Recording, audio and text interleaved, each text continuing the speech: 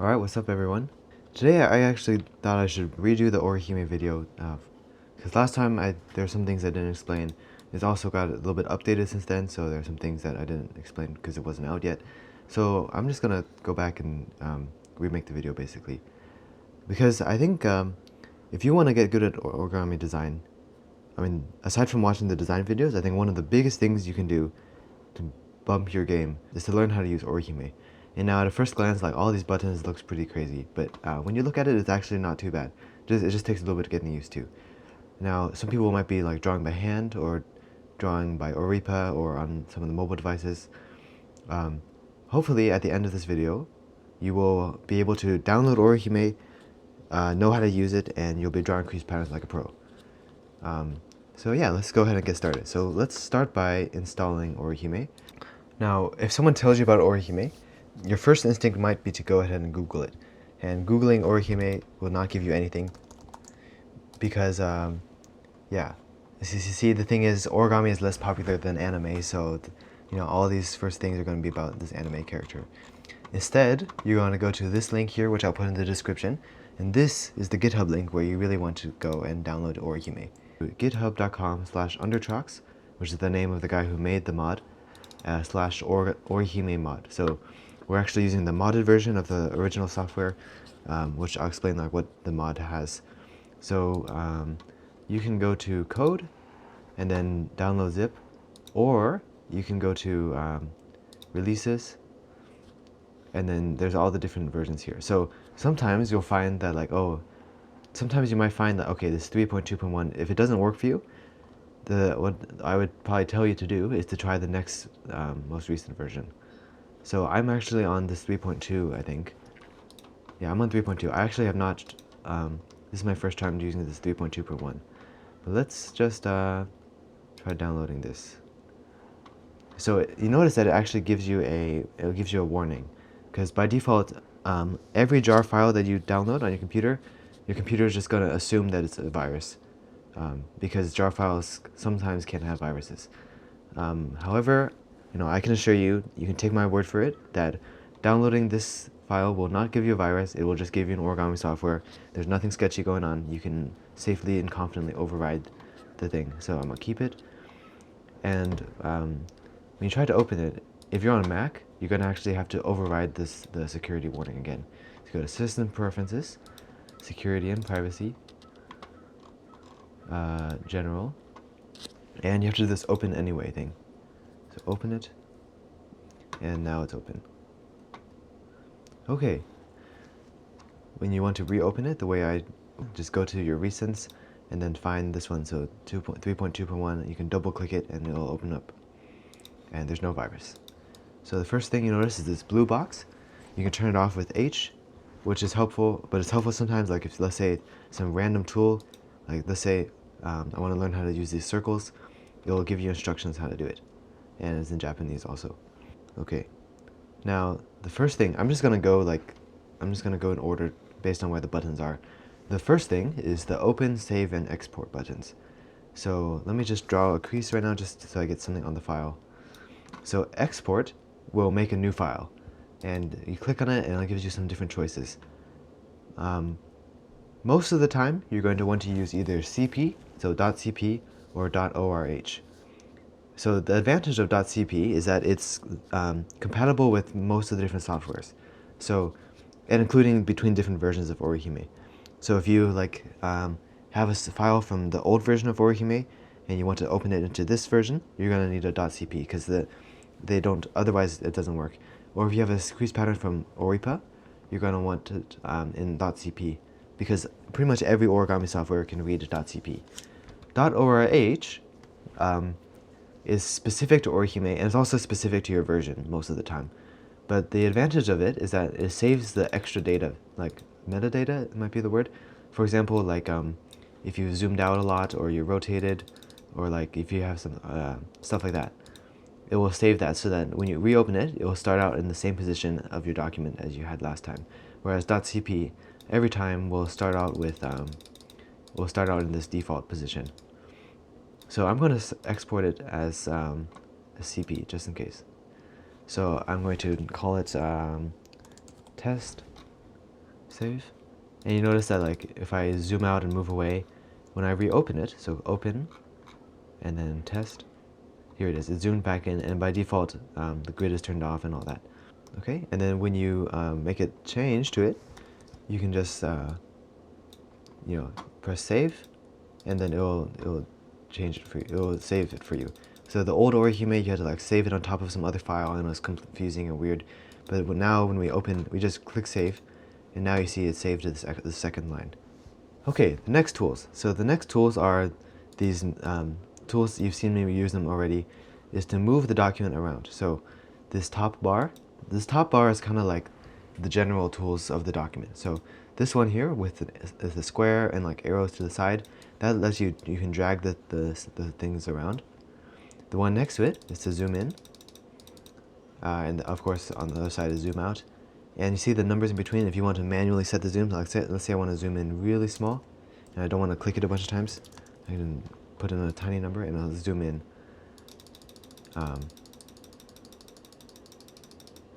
Something like that. And by default, if setting it, so yeah, if you set it to just 1, if you get lost, like sometimes like when you're scrolling with the mouse, you'll get super lost, right? You might accidentally zoom way out. So if that ever happens to you, just set this box to 1. Make sure it's not 1, it's just plain 1, and then press S, and it'll get you to a decent size. And then these ones are rotating, so it's not too complicated. And then these boxes up here are also pretty simple. It just tells you what kind of creases it will show. So like there's different types of creases that you can draw. There's these yellow ones, the blue ones, and you can tell it to turn off certain creases if you only want to look at certain types. So I'm going to delete this. Okay.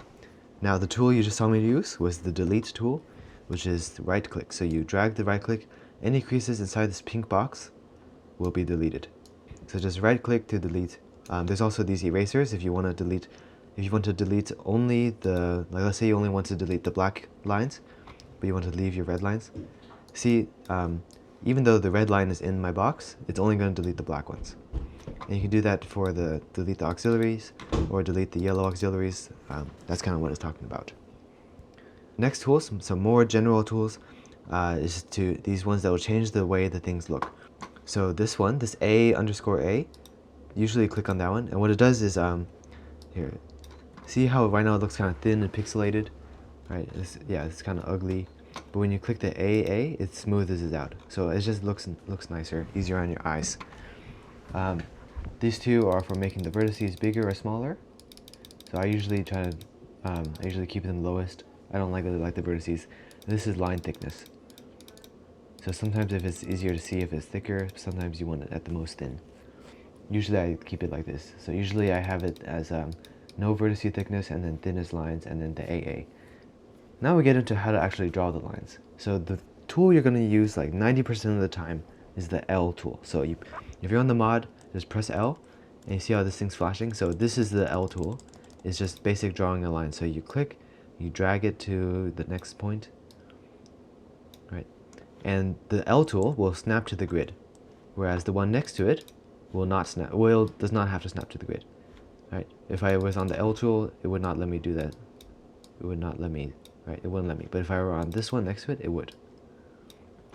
And then to draw the different types, you can click on M for mountain, right? V for valley, E for edge, or I guess edge you can also think of as cut, it's kind of like a cut. A for auxiliary, so auxiliary is just, like construction lines basically. Using these 4 buttons plus L tool, you can draw pretty much most of your crease pattern right off the bat. So this is already better than Orihime and the other apps. So this is already better, but there's a few more shortcuts that I find helpful sometimes. So I'll show you. I'm not going to show you all the buttons. A lot of them aren't very useful. But here, I'll show you one. So the next one I'm going to show you is the E tool, which stands for extend. So let's say I would say, okay, I want this crease to intersect this one here, but I don't know where it's going to intersect. So I press E. So now I'm in the E tool, which is extend. I think it's this one or this one, I don't quite remember. But E, yeah, there it is, E here. So you click on your line, and you click on the line that you want it to extend to. I want to extend here, and it draws all the way until they intersect. So that's nice, you don't really have to think. Yeah. The next one is the R, the Reflector Tool. So the R, the Reflector Tool is right here, this one. And you can, basically the name says you can reflect. So let's say I want to take this valley and I want to reflect it over this horizontal line. So I would select that, and this is the common vertice, and then so kind of, I don't know how clear that was, but it's kind of like you draw a triangle almost, or like you draw an angle and it reflects it over. So just mess around with that. It's not too difficult to learn, and it will stop as soon as it hits a crease. Now I find the R tool really helpful. Because sometimes, let's say you're trying to fold through the layers of a flap. Let's say I got this 22.5 corner flap, and I folded it. I want to fold it at this random angle, right? You can reflect it, and then it will fold. It's like folding through the layers. It's that easy. And then we'll learn how to change the mountain value later. And also, this button is handy. It will tell you which points are flat foldable and which ones are not. So you see these hinges that I folded through are all flat foldable. So that's the CAMV button on the top left, will tell you which creases are flat foldable and which ones need to be fixed. Okay, a few more. So the next ones that I find kind of helpful, one of them is the bisector tool. So let's say I wanted to make a 22.5 angle. Now I'll show you more ways to make a 22.5 angle later. But let's say I wanted to bisect this 45 angle. So you press B for bisect, or this one right here, and you kind of, you select the angle, like that. It's like in math class, remember, like angle ABC, right? The B is the one in the middle. It's kind of like that. You select the points of the triangle, and then you select the line that you want it to bisect. You want the bisector to extend all the way out to. So I want it to go out to here, just for example, and it will draw a bisector out to there. Another tool that I'm going to show you for drawing, inputting lines, is this one right here. There's no default, by default there's no hotkey for it, but it looks like this little plus sign. So let's say, for example, I've drawn in, it only works with the vertex when the vertice has like an odd number of creases attached. See how it's it's pink, right? It means it's not flat foldable. So I click on this, and I pick which direction you want. So I want this direction, and then it asks how far do I want to extend it. So I want to extend it until it intersects this crease, and it does that. Now, if I make this a valley, you see that it's flat foldable. So it calculated the computer calculated what angle it needs to be to make the vertex flat foldable. And this will save your life a lot when you're trying to say, damn, why isn't this crease pattern folding flat? You can use this one here, and it will give you a crease that you're looking for. Now the last one. Now this one is very handy for box splitting tools, box splitting models. So I'm going to show you, for example, let me just give an example. Let's just say I have this rectangle, and I want to pleat it up. Just draw pleats. So normally, what you might be tempted to do is just go ahead and draw mountains, and then your valleys, and so on. But that's boring. That's slow, right? The fast way that Orihime has, and as far as I know, no other origami drawing software has this, is the automatic ridge tool. So this one right here, G tool. G tool. So you can you draw your line perpendicular to what you want the grid lines to be, and it'll just draw it all for you. Look at that. That's insane. That's absolutely insane. And it'll save you so much time when you're drawing box splitting crease patterns. So those ones that I just showed you, were how to draw and input your lines. Now I'm going to show you some tools now about how to change your lines, different aspects of them. So the one I find probably the most useful is the C tool, which I think is this one right here, C. So you hold that, and anything in the pink box will switch its mountain valley. So right now it's going mountain valley, mountain valley. I drag the box over it, and you see that they all swapped. If I do here, you see that they all swapped. So this is also a lifesaver. Like, you can change an entire crease pattern's MV just in a single click. It's absolutely mad. Now another one that's helpful is these tools here, the select, select all, unselect, unselect all, move, and copy. So these ones are very useful for when you're designing in brainstorming, and it's kind of like when you're using Orihime as a scratch paper, these tools are very useful. So what you can do is you can select. So select, there's a lot of things you can do once it's selected. but one of them is move and copy. So let's say I want to move. So if I start my line at this corner, it will tell me where the corner is going to move to. So I can move it like that, or I can copy. So select copy. So if I want to do, it's like the same thing as before, except it will leave a copy behind like that. And then this move 4p versus and copy 4p. These ones are also really good. So these ones are used for dilating and rotating your crease pattern. So let's say I wanted to rotate this crease pattern, and right, let's say I wanted to rotate it. So I wanted now, yeah. So it's kind of like, okay, these two dots are going to go, they're now going to look like here. And you see that, well, yeah, it just happened to bump into that. But you can see that's how you know, it takes some practice getting used to it. I don't really know how to explain how it works, but you just move the 4 dots and then, yeah, you can probably give it a try and figure out pretty soon. So that's also useful for scaling it up and down. Let's say I want it to be half as big as it was before. I can go like this, and now I see it's half as small. And again, the move 4p is the same thing. It just won't leave a copy behind. Yeah, so now it didn't leave a copy behind. That's these ones. There's also the Reflector Tool. So let's say I wanted to, you know, reflect it over. I can use you're going to draw 2 dots that form the line of symmetry, and then it will reflect it over that line. So unlike the R tool only did like 1 line at a time. This one will draw like a whole crease pattern at a time. So these ones are really nice for the times where you have all these different little parts moving around. These tools are absolutely necessary. It makes things way easier. Okay, a few more things. I'm not going in any particular order. I'm just trying to go down the line.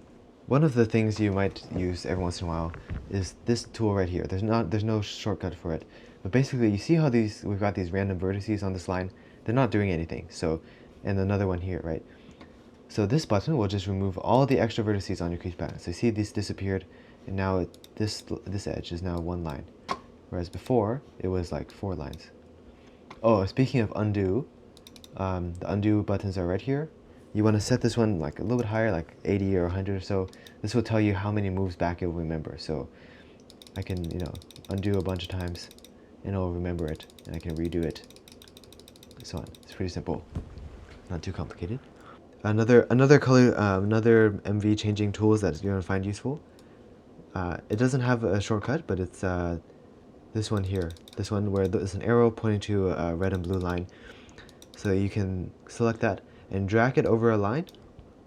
And drag it over a line you want to alternate. So I drag it over this line here, right?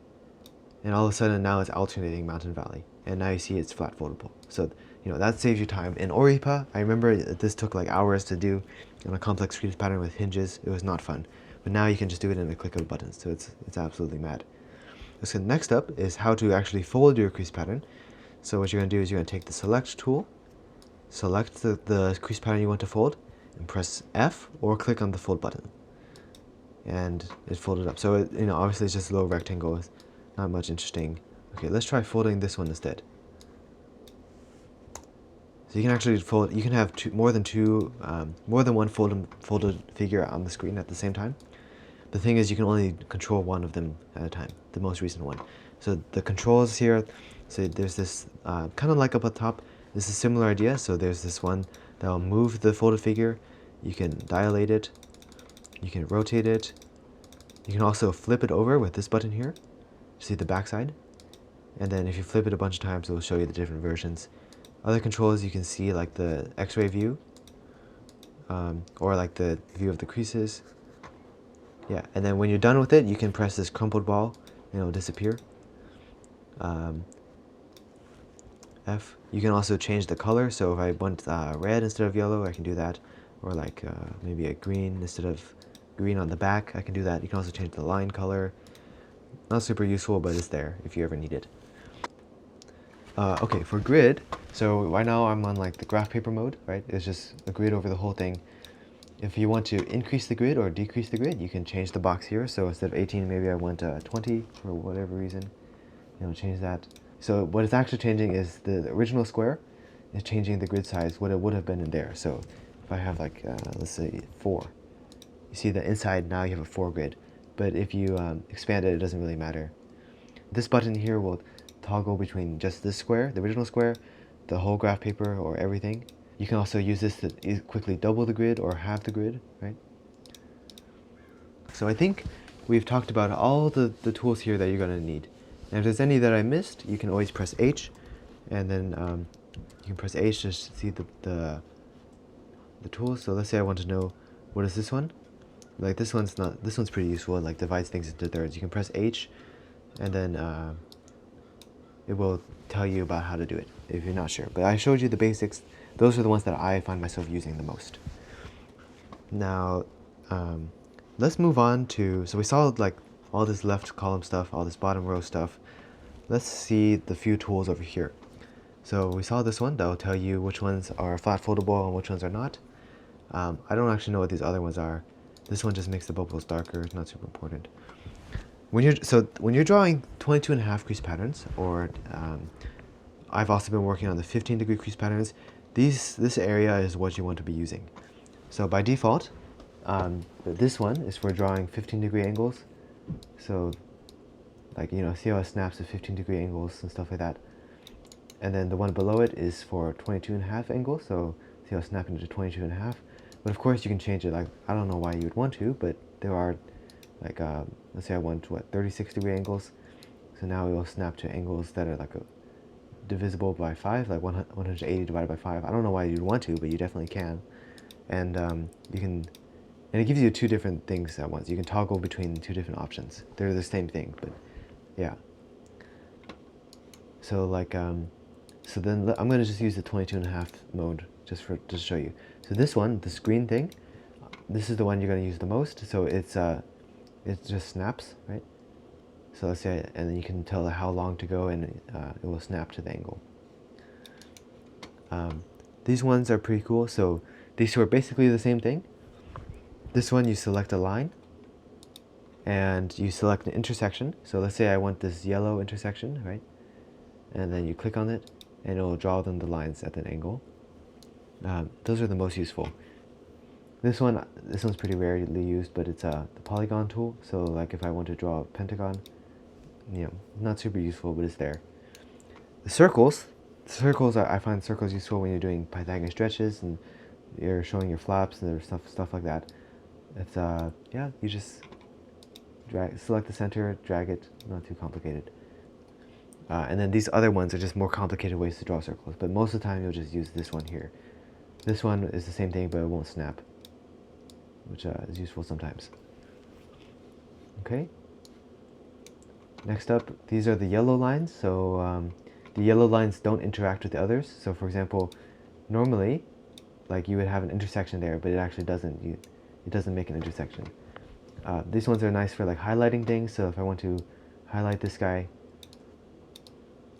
and then you can change the thickness. I do that sometimes. And to delete it, you want to use this yellow eraser. And for some reason it has its own undo button. I don't quite know why, but it does. Next up is these L tools and A tools. Now this is just different boxes, so you can hold different numbers at once. But basically you select L1, for example, and then you specify the 2 points. And it'll tell you how long they are. So it says 6, so 6 grid units. Now of course if I made my grid smaller, now it will say 3 because it's only 3 units now. See, it says 3. And L2 is the exact same thing. A1, A2, A3, I don't know why it gives you 3, but it gives you a bunch. You can measure your angles. So, well, negative, positive, same thing. 108 degrees is, I mean, oh wow. I mean, yeah, it's just, sometimes that's handy if you want to make sure you're doing things right or so. Again, these are not always very useful, but they're just there in case you need them. Now this one, another thing that's for designing, it's kind of like, you kind of take notes. You just type in something, you click text mode, and then you click and it will spawn a text. Now the text actually doesn't shrink when you zoom in. It's a little weird like that, but yeah.